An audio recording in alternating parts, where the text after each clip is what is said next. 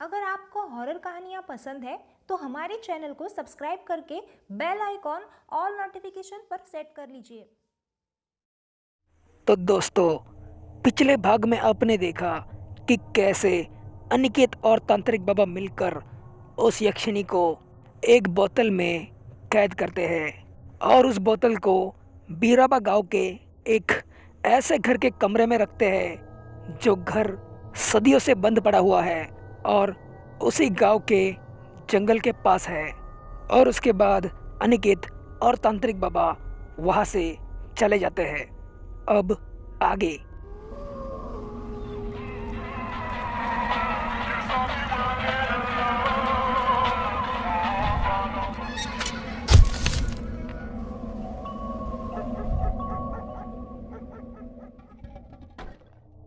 अनिकेत उस गांव से जैसे ही यूएसए में पहुंचता है वैसे ही वो सबसे पहले अभिषेक के घर की तरफ जाने के लिए निकल जाता है। कुछ देर बाद अनिकेत अभिषेक के घर के बाहर आया था और उसके घर का दरवाज़ा ज़ोर ज़ोर से खटखटाने लग गया, लेकिन बहुत देर तक अभिषेक का सामने से कोई भी जवाब नहीं आया। अनिकेत को लगा कि अभिषेक सो गया होगा, इसलिए अभी वो वापस जाने ही वाला था। तभी अभिषेक ने घर का दरवाज़ा खोल दिया। उस वक्त अभिषेक ने अनिकेत को अपने सामने देखकर उस पर सवालों की बारिश की। अनिकेत, तू कहाँ पर था? और परसों मैं तुम्हारे घर पर गया था तो तुम वहाँ पर नहीं थे, तो कहाँ पर गए थे? और उस दिन तुम और तांत्रिक बाबा यक्षिणी से लड़ने के लिए गए थे ना, तो क्या हुआ वहाँ पर? क्या तुम दोनों ने यक्षिणी को मार दिया? और वो तांत्रिक बाबा अब कहाँ पर है? अभी अभिषेक अनिकेत को और सवाल पूछने ही वाला था, तभी उसको अनिकेत ने रोक लिया। अरे भाई, रुक जा रुक जा, पहले मुझे घर के अंदर तो आने दे, अब कितने सवाल पूछेगा? अनिकेत की ये बात सुनकर अभिषेक ने कहा, अरे सॉरी सॉरी, आजा भाई, अंदर आजा। उसके बाद वो दोनों घर के अंदर चले गए। उसके बाद अनिकेत ने अभिषेक को पूछा, अब बोलो, क्या थी तुम्हारी प्रॉब्लम? और सॉरी, उस दिन मैं तुम्हारे साथ अच्छे से बात नहीं कर पाया इसलिए। इस पर अभिषेक ने कहा, अरे कोई बात नहीं, वो सब मैं तुम्हें बाद में बताता हूँ, लेकिन क्या तुमने और तांत्रिक बाबा ने उस यक्षिणी को मार दिया? इस पर अनिकेत ने कहा, हाँ मार ही दिया, बस ऐसा ही समझो। अब उस यक्षिणी की वजह से किसी को भी परेशानी नहीं होगी। उसके बाद अभिषेक ने कहा, उस दिन तुम अपने घर में नहीं थे तो कहाँ थे? अनिकेत ने कहा, वो बहुत लंबी कहानी है, फिर कभी बताऊंगा। अब मैं तुम्हारी प्रॉब्लम सॉल्व करने आया हूँ, बताओ क्या परेशानी है तुम्हें? उसके बाद अभिषेक अनिकेत को वो सारी बातें बताता है जो उसके साथ हो रही है।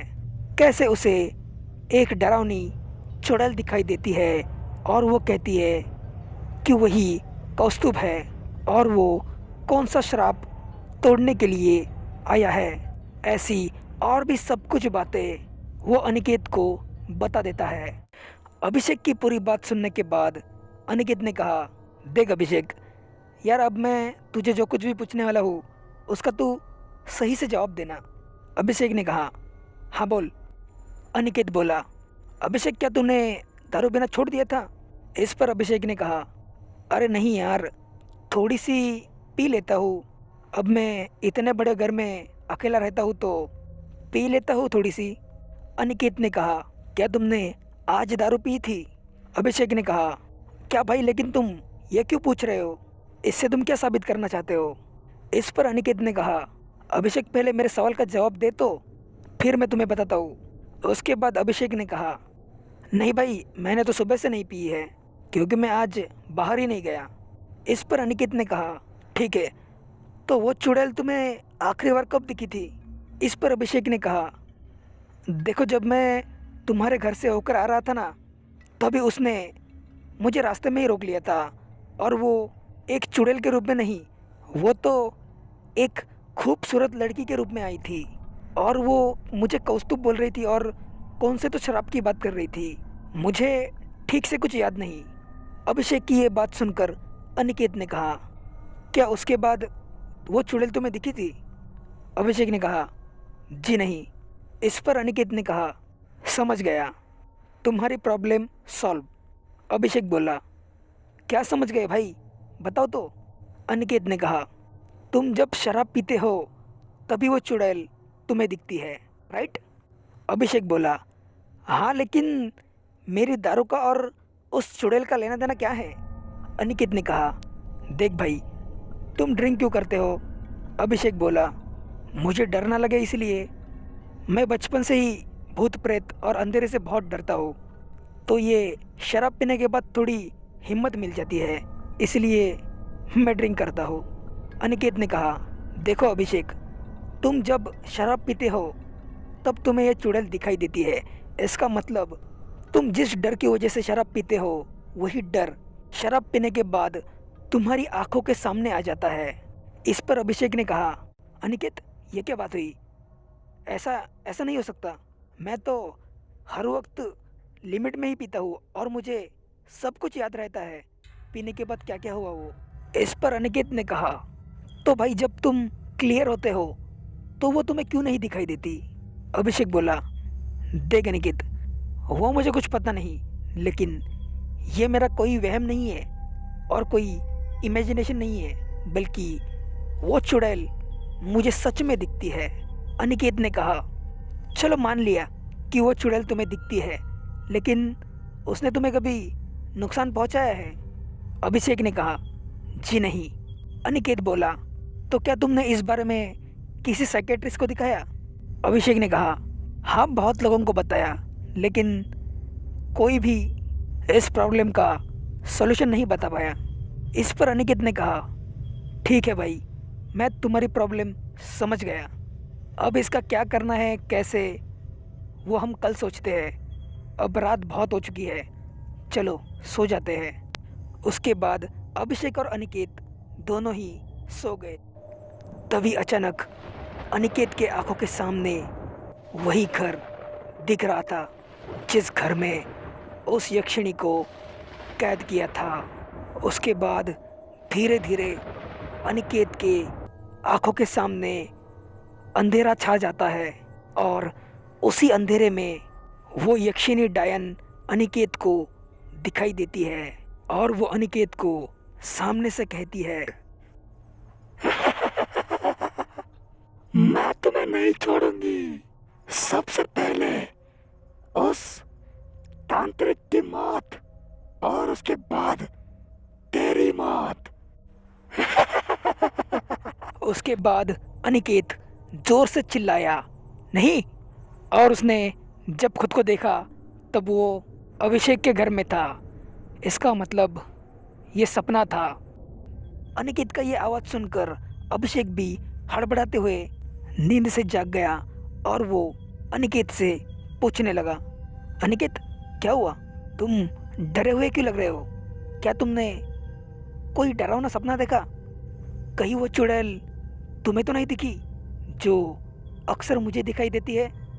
इस पर अनिकेत ने कहा, नहीं नहीं, ऐसा नहीं हो सकता। अभिषेक बोला, क्या नहीं हो सकता भाई? अनिकेत ने कहा, क्या वो आज़ाद हो गई? नहीं नहीं, ऐसा नहीं हो सकता। अभिषेक ने कहा, भाई क्या बड़बड़ा रहा है, ज़रा मुझे तो क्लियर बता। अभिषेक की ये बात सुनकर अनिकेत बोला, कुछ नहीं अभिषेक, अभी 2 घंटे बाद मैं वापस जा रहा हूँ। अभिषेक ने कहा, कहाँ पर?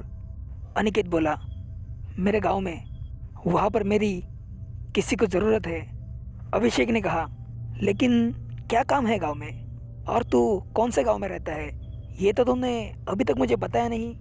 अनिकेत बोला, देख अभिषेक, ये मैं तुम्हें सब बाद में बता देता हूँ, अभी मेरे पास बिल्कुल टाइम नहीं है, मुझे जल्द ही यहाँ से निकलना होगा।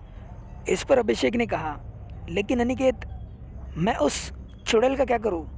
कहीं वो चुड़ैल मुझे मार ना दे।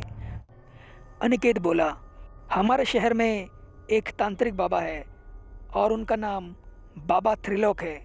इस शहर में तुम किसी भी बुजुर्ग आदमी को पूछो त्रिलोक बाबा कहाँ रहते हैं, तो तुम्हें उस तांत्रिक बाबा का पता मिल जाएगा और वो बाबा तुम्हें ज़रूर इस प्रॉब्लम से बाहर निकलेंगे 100%, क्योंकि यक्षिणी को मारने में उन बाबा ने ही मेरी हेल्प की थी। अनिकेत की इस बात पर अभिषेक ने कहा, ठीक है, शुक्रिया। मैं आज रात ही उस तांत्रिक बाबा से मिलूँगा और तुम फ्रेश हो जाओ, मैं किचन में जाके चाय बना लेता हूँ। उसके बाद अनिकेत फ्रेश होकर सुबह के 7 बजने के बाद अपने गांव जाने के लिए निकल गया। तो दोस्तों, आखिर क्या हुआ होगा बिराबा गांव में, और अनिकेत को ये डरावना सपना क्यों आया है? क्या वो यक्षिणी डायन सच में आज़ाद हो गई? जानने के लिए देखते रहिए यक्षिणी वेब सीरीज़।